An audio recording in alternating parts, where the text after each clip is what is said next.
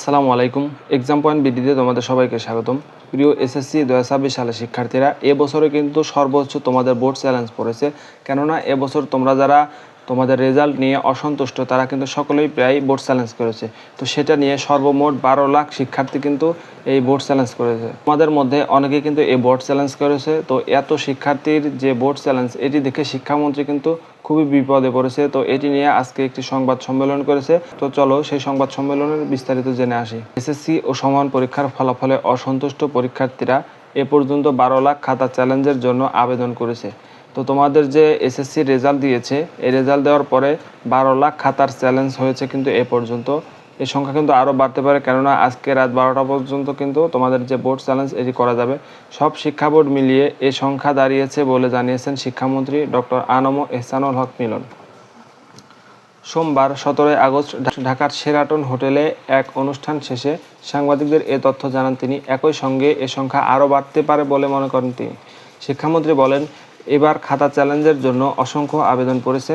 গতকাল রোববার আমি খোঁজ নিয়েছি, যে অবস্থা জেনেছি তাতে মনে হয় সব শিক্ষার্থী খাতা পুনর্মূল্যায়ন করতে চায়। এভাবে তো হতে পারে না। অর্থাৎ তোমাদের যে খাতা চ্যালেঞ্জ, এটা কিন্তু বর্তমানে সর্বোচ্চ, কারণ বিগত বছরগুলিতে এ পরিমাণ খাতা কিন্তু কখনোই চ্যালেঞ্জ করা হয়নি। তো এটি নিয়ে শিক্ষামন্ত্রী কিন্তু খুবই একটি বিপদের মধ্যে আছে। তিনি বলেন, আমরা ভাবছি খাতা পুনর্মূল্যায়নের নতুন নীতিমালা আনবো। কী নীতিমালা আনবে সেটা হয়তো তিনি জানেন। তো এখন তোমাদের যে রেজাল্ট যদি তোমাদের খারাপ হয়, তোমরা তো বোর্ড চ্যালেঞ্জ করবেই, এটা স্বাভাবিক।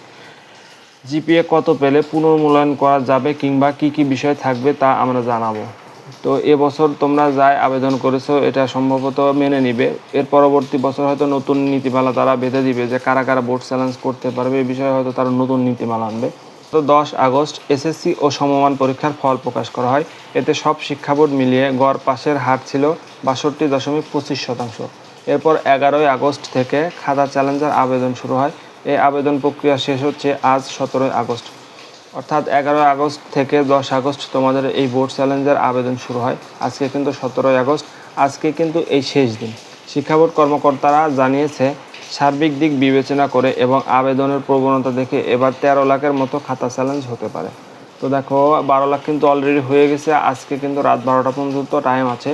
তো এর মধ্যে কিন্তু অনেক শিক্ষার্থী এখনও বাদ রয়েছে। বোর্ড চ্যালেঞ্জ যারা এখনও করেনি তারা কিন্তু করবে। তো সর্বশেষ 13 লাখের মতো কিন্তু খাতার চ্যালেঞ্জ হতে পারে।